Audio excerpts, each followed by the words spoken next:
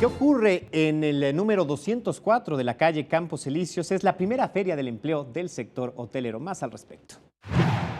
Más de 1.500 puestos se ofertarán en la primera feria del empleo en el sector hotelero. Con esto se busca ofrecer oportunidades laborales a los habitantes de la Ciudad de México. Nos da mucho gusto ser parte de esta iniciativa que ofrece instrumentos y oportunidades adecuadas para dignificar el trabajo y la vida de las personas. Para ofrecer un buen servicio a los turistas, en la capital se encuentran 625 hoteles, 51.733 habitaciones, estos con una ocupación anual del 67%. Esta feria es incluyente, ya que ofrece trabajos a personas adultas y con discapacidad. Soy una chica ya de 54 primaveras y me cuesta un poco de trabajo encontrar. Entonces aquí se me hizo interesante porque están pidiendo hasta los 65.